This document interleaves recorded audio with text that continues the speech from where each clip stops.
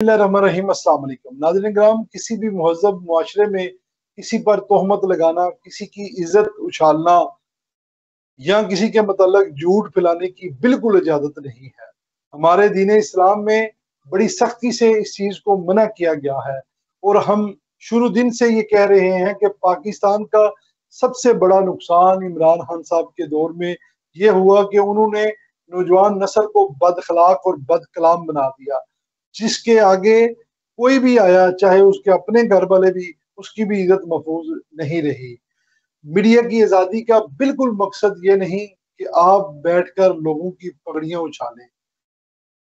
मैं समझता हूं कि आज सीएम पंजाब मरियम नवाज शरीफ साहबा ने जिस तरह वजाहत की इस कानून के बारे में, अब किसी को कोई शक व अवाम नहीं रहना चाहिए कि मीडिया में झूठ जो फैलाया जाता है, लोगों की इज्जतें उछाली जाती हैं, लोगों की पगड़ियां उछाली जाती हैं, कम से कम वो बंद हो जाए तो इस मुल्क के आधे मसले जो हैं वो खत्म हो जाएंगे।